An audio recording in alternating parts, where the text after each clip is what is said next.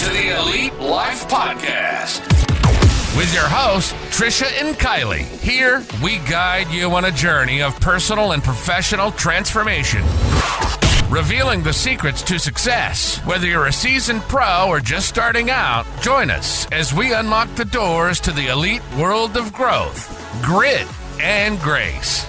So, let's dive in. Welcome, friends, to another episode of the Elite Life Podcast. We are so glad you joined us today. My name is Trish. Her name is Kylee, and welcome to the show. Yeah, you're here. So today we're going to dive into a topic that is very crucial, and I feel like a lot of people are kind of exploring things like this right now. We're going to be talking about how to monetize your passion. Trisha's already done this because her passion is real estate and she monetized it. So. Is it though? Is it though?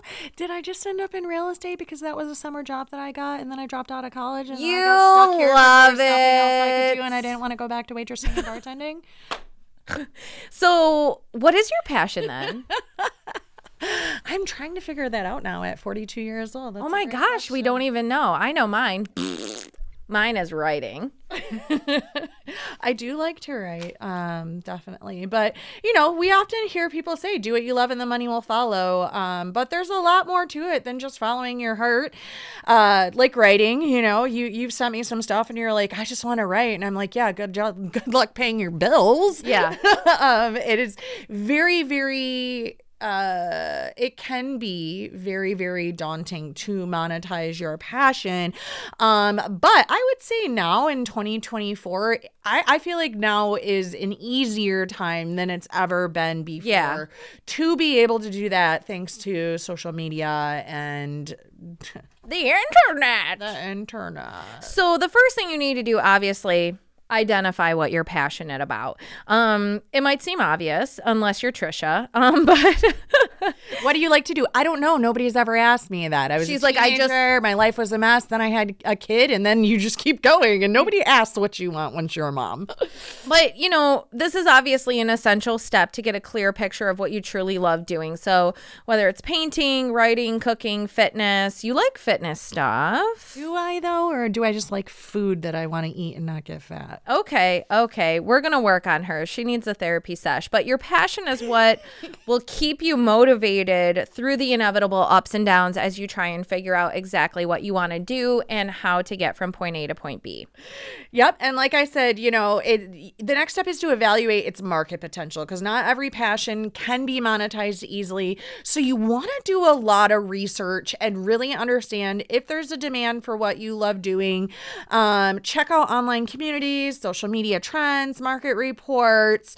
For instance, like if you're passionate about baking, look at how other bakers make money. Are they selling baked goods? Are they teaching classes? Are they writing cookbooks? When I made Stars Academy Realtor Training, you don't know what you don't know. And because I didn't do any research, I was like, oh, nobody on this planet does realtor training. And then I built this course and then we start launching it out into the world, which means our social media algorithms change.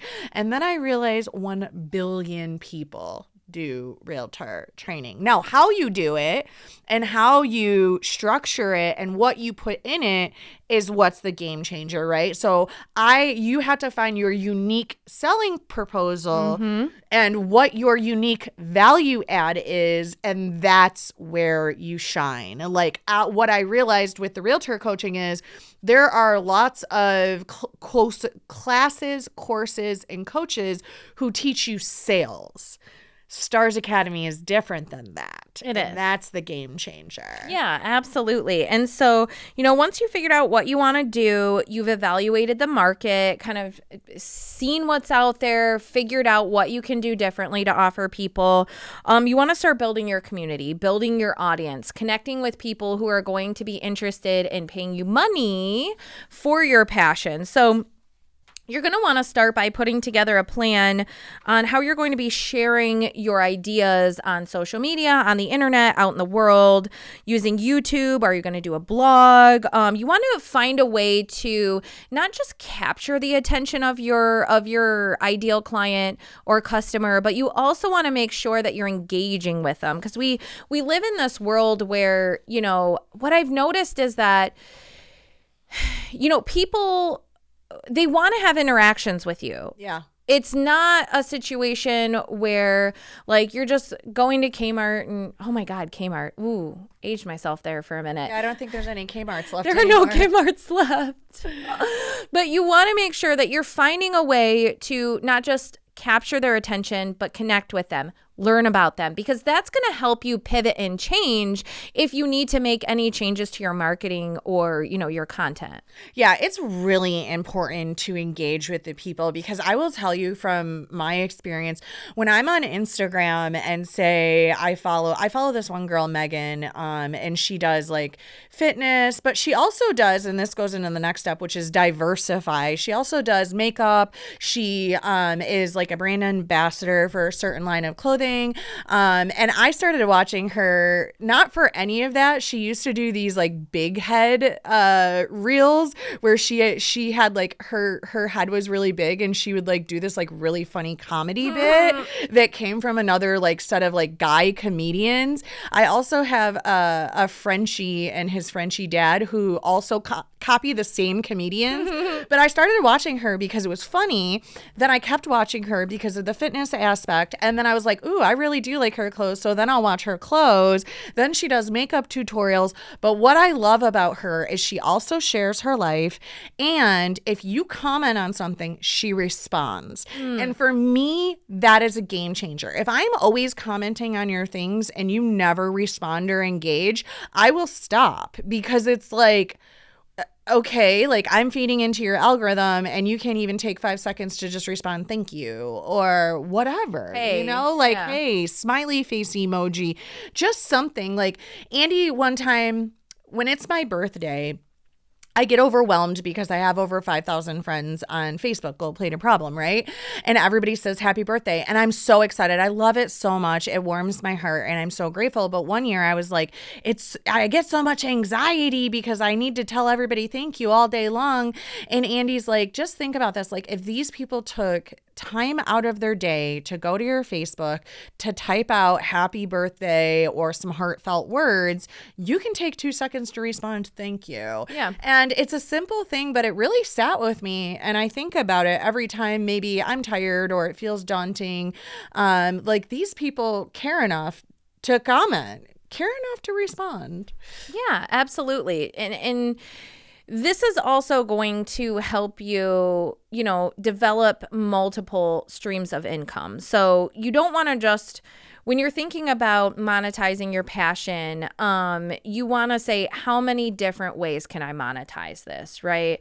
So like if you're in the fitness world, for example, you're like, okay, I can put together meal plans for people. I can put together workout plans for people. I can meet people in the park and train them in person. I can meet them at the gym and train them in person. There's so many different ways that you can actually monetize your passion. You want to really explore those, because we just, we talked in another episode about, diversifying your income stream and how that is going to make your business recession proof. And when you build that in at the beginning, it just makes it all that much more easier to connect with people and meet them where they're at and, make money off of what you're wanting to do. Yeah, and think outside the box. You mentioned our episode on recession proofing your business, but we also did an episode with Nate Baxter, who is a fitness trainer, and he was talking about how he made a course for barbers. So after they cut people's hair, they can like use massage guns and make people not only look good but feel good too. And I was Stretching, like, oh my gosh, like using that chair to like lay them back and like stretch them out a little bit. Yeah, and that is such like a niche, out of the box idea. And I was just like, dang, That's so smart, right? Because he is not only a personal trainer, but now he's going to have this course that's like so specified and niche down, but every barber is going to want to utilize it, right? Like it's a value add for their business. Yes. And it gives the people a different experience, and people love a good experience. They'll keep coming back if you give them a good experience. Absolutely. And that brings us to our next point of investment, right? So you're going to have to invest in building this out. You're not just going to have to invest time. Sometimes you have to invest money. So you might, this will look different for everybody. You might take a class. You might take a course for a certification. You might need to actually go somewhere and learn something, or find a series on YouTube on how to increase your skills. You might take a college course on like business management or something, depending on what you want to do. You might engage a coach, like a life coach or a business coach, to help you kind of flesh all of this out from point A to point Z. You might want to, get some kind of other education, personal development. So don't be afraid to invest. Not everybody has a ton of money to invest at the very beginning. Just take what you have and do the best you can with what you have. I take that from you all the time. Everybody's just doing the best they can with what they have. So take a look and see where you can, like if you do feel like, yes, I need to invest some money. Like when I was doing essential oils, I had to invest money. So I had to buy the ingredients for the things that I was crafting, which I loved so much. I was making body butters and scrubs and candles and all of these amazing things with these natural ingredients. But it came back to me, right? And it came back to me, 2, 3, 4x, because I took the time to do a really good marketing plan, sit down, plan that out. And then I also wasn't afraid to invest in the ingredients, from the beginning. Yeah, and definitely don't overlook the importance of setting realistic goals. We just finished our training at my office, and it was 3 women who are brand spanking new in the real estate business. They've never closed a deal. They just got their licenses. And after we finish our training, we always sit down with them and we goal plan. And I heard Cheyenne say, okay, I'm going to set this goal, but how do I know how many deals I can close? Can I close $7 million? And I heard Erica go, well, I'm not going to say you can't close $7 million in your first 6 months of real estate. I've never done it, and I don't know anybody who does, but we're not going to say you can't. However, if you're somebody who maybe gets down on yourself for not achieving the goals that you set, you may want to set them a little more into a realistic space, which might look like this instead, maybe 2 million or 3 million, which is still a push, but maybe a more realistic goal in our marketplace and in your time of business and experience you have under your belt. Right. And 2, keep in mind, like, you're going to get out of it what you pour in. So if you have a lot of time to pour into this whole situation, it's going to go a lot quicker. You're going to get a lot more out of it a lot sooner than someone who is trying to work this around like a regular 9 to 5 and raising kids and. So just like Trisha said, set a realistic goal for yourself. Put things on the calendar. Yeah. So like if phase 1 for you is just doing research, say, okay, I'm going to take the next 2 weeks, because like I had a client, he wants, he's an investor. We've bought condos. We've built his real estate residential portfolio. He wants a banquet hall, and he wants a very specific kind of banquet hall in a very specific space for very specific things. And so what he did was he's like, okay, I'm going to take the next 3 weeks, dig in, do some research, and then we'll reconvene and see if this is still something I want to do. So put dates on the calendar to keep yourself accountable. Share those dates with a partner or a friend or someone who could say, hey, are you doing your research, instead of getting lost in life because you said you had this goal and you want to monetize this passion, and nobody's going to do it for you, right? Nobody's going to do it for you. So make sure you keep on track with your goals, use your calendar, stay accountable. Yeah, and I love how you mentioned mindset, because mindset is super incredibly important. When you are an entrepreneur or you are monetizing your passion, I don't care if you're having a lemonade stand on the side of the road or you're trying to build out a recording empire or a coaching class, no matter what you're doing. Number 1, it doesn't happen overnight. Number 2, there are going to be failures. There are going to be failures even when you've been doing it for a long time. I've been doing real estate for 21 years. I still want to quit, like literally probably at least once a month. I come in, like everything is awful. And the hard thing is when you're a leader, like I sent Andy a video the other day because this guy was talking about like, you know, his best year in business was not when he was, and I don't mean best year by like most production, but like his best life year wasn't when he was number one and he was the owner and the leader. It was actually when he was number 2 through 5, because when you are number one and you are the leader and you are steering the boat, you have to have everybody else bought into your vision. Yeah. So you don't get to have a bad day. And that is really hard. It's really hard because I don't ever feel like I have the right to have a bad day. And let me clarify on that because people are going to be like, oh my God, everybody does. But I have to come in and I have to put a smile on my face and I have to pick myself up when I'm down, because it's not about me. It's about getting everybody bought into this vision and this dream and moving everybody's lives forward. Because when my agents are successful, my company is successful, and I am successful. If I am down and I am like, NAR lawsuit, I'm so sick of hearing about it.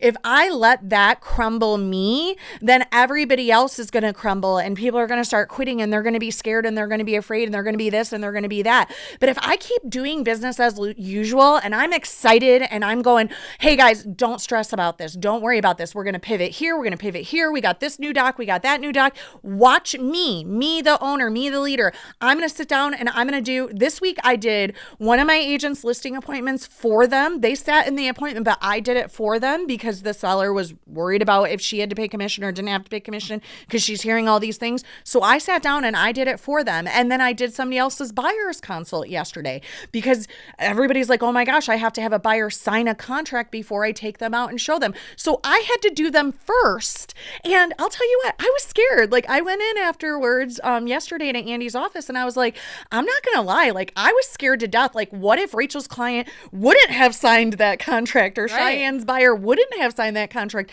And it's all I thought about, but I could not tell anybody that that's all I was thinking about all night long and all day long. And I was so stressed out until I walked in there. And then when I got in there though, you know what? I did the thing because I know to do the thing. And I believed in myself and I believed in using the data and using the numbers. And I bought into the dream that I sell and I showed by example. And it was fine. Like I totally was like, sign. All right, I'm excited to do this. And everything was fine. But I had to lead from the front. I couldn't be scared. I had to be, you know what, Trish, you've been resilient through this business for 21 years. You've got through the foreclosure boom and the short sale boom and everybody losing their jobs and the COVID epidemic and so many things. And you got through them by facing your fears and keeping moving on and putting on a smile and a brave face and knowing that like, you have survived 100% of the days that you have lived, and you will continue to. And God has a funny way to look at it, but it's true. Like God's brought you through so many harder things than this. On the days where both me and Andy have just had it, like we're just going through it, and we're like, we don't want to do this anymore. We will remind each other that like we've been through so many harder things than this. Like even if, God forbid, Elite Realty shut down tomorrow for something, you know what? We've lived through the death of loved ones and illnesses and just so many more horrible things than, you know what happens? We start a new business. We start a new company. We do it again. You know how many times we've started a new business and started a new company? It's all been in real estate, but we've started over a lot of things. And if we had to start over again, would it be hard? Yes. Would we want to? No. But would we succeed? Hell yeah. Because every time we've started over, it's been fine. And we've came back stronger and we've done it bigger and better, because you are never at day one. You're never, today I'm an infant. You have all of that experience and life that you've already lived and learned from and developed from and grown from and become confident because of, and you take that into your next endeavor. So even if you fail 5, 6, 7 times on year 1, on year 5, on year 10, on year 20, know that you're just going to come back and do it bigger and better the next time. And it's fine. You're going to get through it. It's going to be great. Holy mic drop, Batman. Jeez, oh, Pete. So, Pastor Trisha preaching the gospel over here. Get an amen. So amen, for sure. And that brings me to the next point of staying authentic. We preach this so often. We've talked about this so often, but it is really, truly what will get your audience and your client base to come to you, to know you and like you and trust you. Because I see these reels on Instagram all the time where it's like, you've got the new agent. He's like closed 0 deals. He's in debt up to his eyeballs. He's got the new suit and the fancy car and blah, blah, blah. And he steps out and he's super profesh and he makes no money. And then it like cuts to the guy pulling up in a golf cart with like his basketball shorts on and he's got chips and like a wife beater on. He's like, let's see the house. But he closes $40 million a year and all of these things. You have to be yourself because people will gravitate toward you. And that's how people get to know, like, and trust you. And people can smell when you are being fake. And I'm not saying don't fake it to make it, because there's plenty of spaces where you have to do that.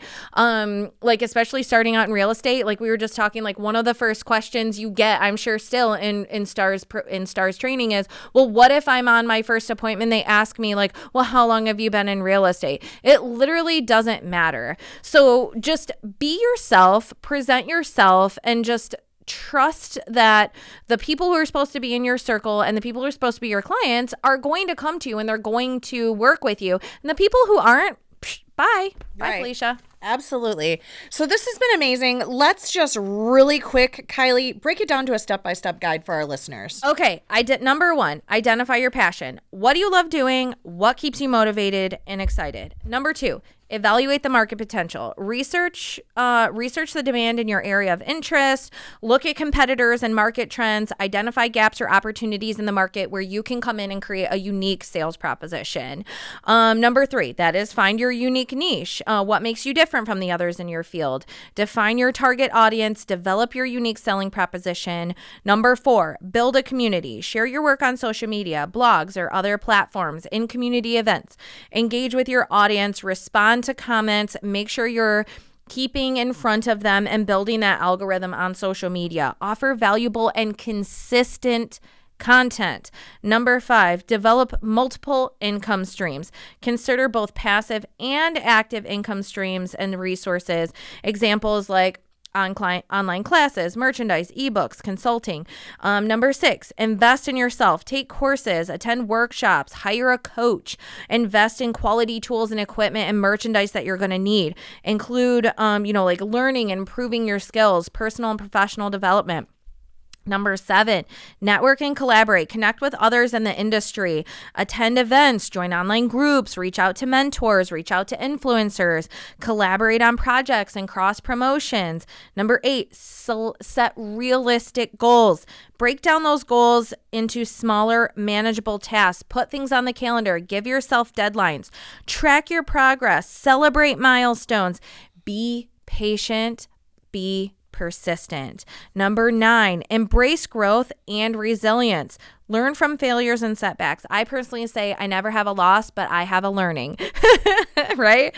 Mm-hmm. Stay adaptable and open to change. Keep a positive and growth-oriented mindset. And number 10, stay authentic. Be yourself. Trust yourself. Build trust with your audience and let your genuine enthusiasm shine through. Woo! Rewind and take notes. Slow it down to 0.5 speed so you can take some notes. Absolutely. We hope these tips help you take that first step towards monetizing your passion. Remember, it's a journey and every single small step counts and adds up and compounds. We want to thank you for tuning in today. We know you have a lot of options of who to listen to and who to care about, and we appreciate that you listen and care about us. Absolutely. So before you go, hit that subscribe button, share the show, and come back next week because we drop fresh content every Thursday here on The Elite Life. Keep chasing those dreams, friends. Bye. Thank you for joining us today on the Elite Life Podcast with Trish and Kylee. Don't forget to share this episode with a friend so we can keep delivering you more fantastic insights on grit, grace, and growth. Stay connected with us on Instagram and Facebook, where we'll keep the ideas flowing to help you build a life you love and leave a legacy you can be proud of. Until next time.